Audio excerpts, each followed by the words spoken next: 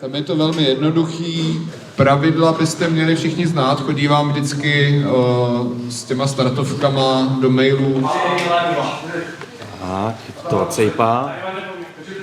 Čekáme na Petra Monstra knížete, který by podepsal tady rukavice. Rukavice dostávají ti, kteří si zakoupili all inclusive, ty nejlepší lístky. My jim zarámujeme, dáváme jim trošku taky podepsaný plakát a je to taková vzpomínka, taková ta skvělá věc, kterou si nemůžeš obstarat sám, ale je to taková zápasová připomínka toho, že jsi byl na turnaji. Hele, amatérská liga od asociace MMA, dneska tady je a od vás tady zápasí 8 kluků, ti se tady zahřívají, takže to je paráda, zmatek, klasika. Do toho mi tady otravujete vy, že jo, samozřejmě, začíná to mám povídat. To víš, jo, nechceš se vůbec ustavit. Počkej, až si zkusíš to. Hodí ho a půjdeš mlezec. Klidnej tam, jo, vstoupíš do klece, tak otevřeš oči. Tak jo, ready? Ready? Tak jdeme na to, fight! Pojď to, je to tvoje. Pojď to, teď jdeme začít. Když si pojď.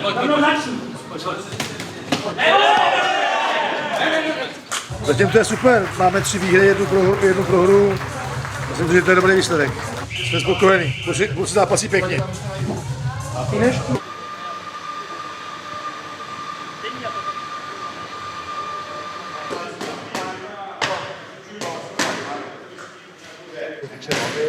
Takže myslím si, že to posunulo. Ale před zápasem mě to je vždycky takové, že ten poslední týden chcou všichni dělat rozhovory, včera taky, dneska taky jako několik rozhovorů, takže už jsem na to zvyklý, na vás jsem už taky zvyklý, takže už to beru normálně. Ten zápas byl v 80, teďka je v 7,7. Myslím si, že to je spíš moje výhoda, protože 7,7 je moje váha, takže myslím si, že Petr bude hlasovat hodně, bude slabší, takže mohlo by mi to hrát do karet.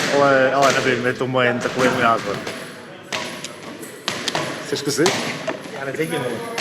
Co to je? Tady mi koukni, vole. Kdyby náhodou. To je Vemola, ne? Je to Vemola? Ne. Jack Salon. Parfum More. More. More Pindre.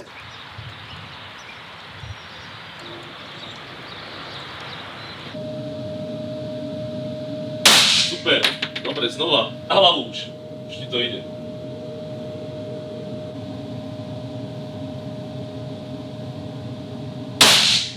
Som dostala pred 2 rokmi na narodeniny darček.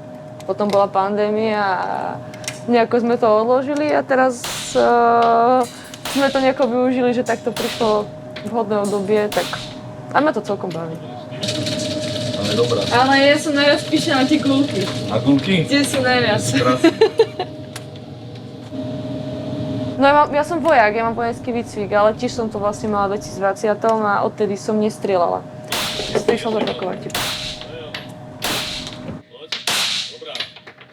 Pokiaľ sa mi nestane nejaké žiadne zranenie, nebudem z toho nejaká moc vytoto, tak by som sa chcela MMA venovať dlhodobo. Ako stále to bude taký ten side job popri tajskému boxu, ale chcela by som sa tomu venovať a zdokonalovať sa, lebo je tam strašne veľa vecí, ktoré môžem robiť a ešte neviem.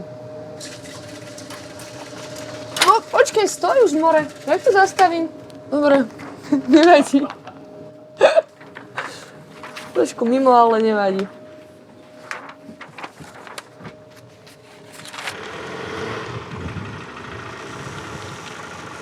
Teraz sme niekde v prvej tretine asi tohto celého natáčania tejto divej show. Tam vnútri natáčajú v hale imidžové zábery bojovníkov s tými super fancy svetlami a teraz už nepoužívame dymostroj, lebo minule, keď sme ho použili, tak sme dostali 500 € pokutu od nemeckých hasičov. Willkommen in Deutschland. My sme to vymysleli vlastne s Ondrom dlho sme to mali v hlave, Nemecko konkrétne. A trvalo to aj 2 roky možno, kým sa to začalo zmotňovať. Tak sme to tlačili viac a viac s Ondrom a vlastne prešli sme si nejaké kolečko meetingov v Berlíne, v Frankfurte a vedeli sme, že už je ten čas, že teraz to proste musíme urobiť. Ako sme mali termín 4.6., tak sa začal odpočítavať čas, lebo máte 8 epizód, to znamená 8 týždňov, potom nejakých x týždňov na natáčanie show a x týždňov na prípravu, nájete týmu a tak ďalej a zrazu sme zistili, že nám chýbajú hneď 3 mesiace celej produkcii, tak všetko išlo v šialenom tempe. Musím pochváliť všetkých z nášho týmu, že zamakali, že to podarilo vlastne vybaviť. To si málo kto vie predstaviť, čo sme to museli absolvovať. Takže Octagon 4.6. vo frankfurtskej festhale, buďte tam, budú tam aj československé hviezdy, aj tieto nemecké a spolu si to užijeme. Tak. To, čo všetko tu robíme, samozrejme pre to československé publikum, my úplne milujeme našich divákov doma a nezabúdame na vás. Tam sme doma, to je proste, vy ste pre nás najdôležitejší. Takže budeme samozrejme to mať titulkami, bude tá show a spolu si to užijeme. O tom žádná, jak sa hovorí v Čechách. A samotný turnaj bude potom na Octagon TV, aj na pay-per-view. Aj celá show pobeží na Octagon TV. A ešte pracujeme na tom, aby bola aj na jednej televízii, takže nechajte sa prekvapiť. Thank you. Thank you.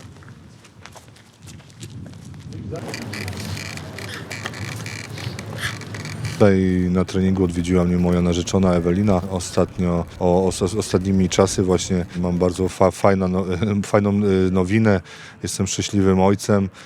Urodziła nam się córeczka Sara Liliana Minda, dlatego jestem bardzo szczęśliwy. Sara oraz Ewelina odwiedzają mnie na treningach, tak jak teraz. Przyszły, kibicowały mi, zobaczyły co u mnie słychać i teraz razem wracamy spacerkiem do domu. Weź coś powiedz. Daj mi spokój, chce mi się spać. Deitzmana tak naprawdę jeszcze tak dokładnie go nie prześledziłem, ale wynika z jego ostatniej walki z Dietrichem, że jest po prostu uniwersalny, jeśli chodzi o parter i stójkę, dlatego tutaj jest jego silna strona, że potrafi walczyć w każdej płaszczyźnie i że żeby go pokonać, trzeba mieć dobre wszystkie płaszczyzny. Ja uważam, że takie mam. Żyłem przed walką z Deitzmanem, dołożyłem jeszcze kilka akcji właśnie nożnych, dużo kopnięć na głowę, trochę akcji nowych bokserskich, poprawiłem boks oraz zapasy. Tutaj uważam, że zrobiłem duży progres, dlatego Deitzman, bój się, bo tam idą bardzo mocne ciosy i komuś głowa spadnie.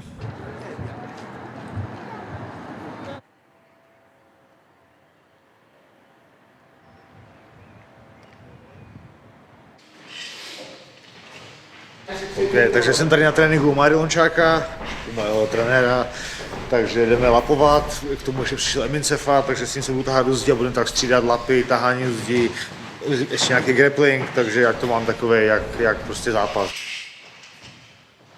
Máme před sebou nejzlejšího, nejošklivějšího muže českého MMA. Petře, promiň. Tak my jsme kámoši, ale těšíme se, no, jako bude to tvrdý zápas. No, radši už nic neříkej.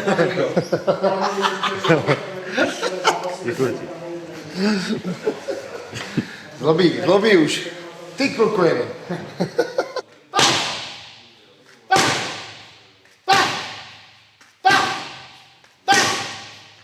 Ale mně se strašně líbí na tom, že si David nevybírá soupeře, což bylo dřív v thaiboxu, že my jsme si jako, nebo já jich tolik nemám, ale co vím třeba okolo Máry, že prostě bral se kdo byl a David se bere fakt těžký soupeře a to se mi líbí, že to není jenom aby to vypadalo hezky papírově, že mám 20-0, protože jsem dostal samý prostě kluky, co mají po jednom zápase, takže to mi je na tom strašně sympatický, že David bere tyhle výzvy. Všechno je tvrdší, všechno lepší, všechno je rychlejší. Bude všechno, budou kolena, lokty a opět teda čekám hlavičky nějaké. Svalama nějakýma počítám, ale že nějaká hlavička, nějaké koule prostě můžou přijít. Petr je prostě takovej, když mu poteče do bod, tak tam nějaký faul určitě pošle.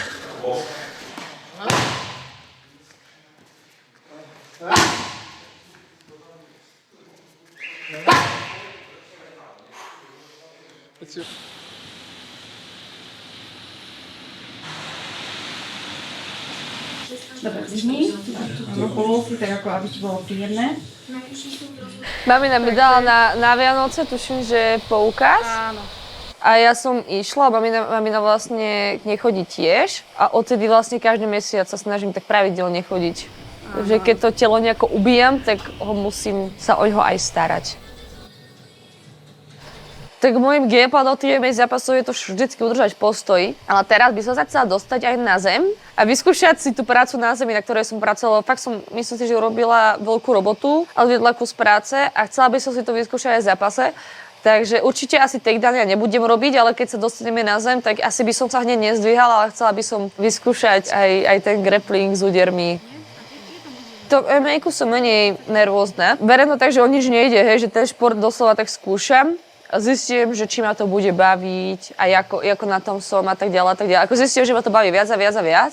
Ale nie je to na mňa až taký tlak, ako ten napríklad tajský box alebo K1, kde je odo mňa požadované, alebo proste, že ľudia odo mňa čakajú, že nosím tie výsledky a takisto proste to odo mňa požaduje tí, ktorí mi dávajú financie, ako ministerstvo školstva, Dukla a tak ďalej. Tam som proste platená za to, že mám výsledky. Ale napríklad teraz takto ďaleko pre zápasom v strede ešte necítim. Ono to príde tak v šatni, už keď sa začnem rozcvičovať a potom zase už keď budem nastupovať do toho oktagonu, tak už to zase všetko odpadne a všetko bude v poriadku.